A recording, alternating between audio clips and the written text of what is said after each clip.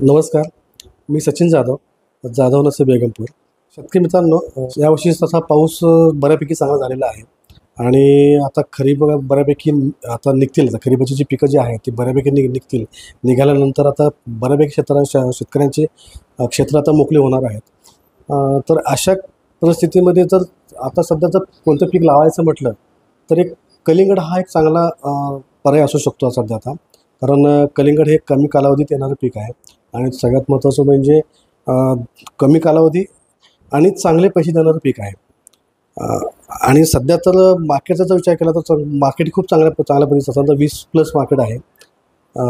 Market पुढं कसं जाईल हा विषय गौण आहे, परंतु क्षेत्र पिकवणं हे खूप महत्त्वाचा विषय आहे.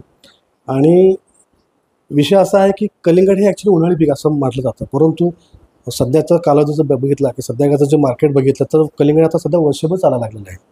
आणि वर्षभर चालत असताना काही पीक लावत असताना काही चॅलेंजेस किंवा काही प्रॉब्लेम येत असतात. तसं थंडीमध्ये महत्त्वाचा प्रॉब्लेम हा आहे कलिंगडमध्ये की कलिंगडच्या पिकाला कलर येत नाही. कारण थंडीमध्ये कलर येत नाही आणि सेटिंगचा थोडा प्रॉब्लेम येत असतो, थोडंफार सेटिंग कमी होत असतं.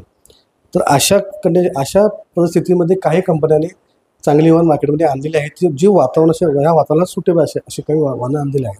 अशा खूप साऱ्या कंपन्यांची व्हरायटी आहेत. तर त्यातले जर विचार केला तर मागच्या 3 ते 4 वर्षापासून ऑर्डर सीजने विजय नावाचं एक वाहन आणलेलं आहे. ते जे वाहन आपण साधारणतः 15 जून ते 15 डिसेंबरपर्यंत लागवड करू शकता.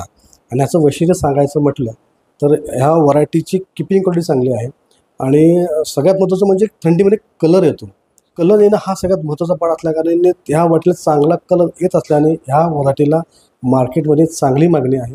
आणि चांगली मागणी असल्याकारणाने शेतकऱ्यांनी चांगले पैसे होतात आणि सोबत व्यापाऱ्यांचंही काय कोणतेही नुकसान होत नाही. त्याच्यामुळं ही व्हरायटी लावायला थंडीच्या मोसममध्ये ऑर्डर सीची विजय ही व्हरायटी लावायला काहीही हरकत नाही.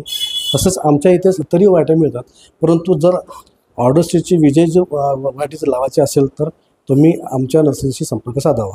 नमस्कार.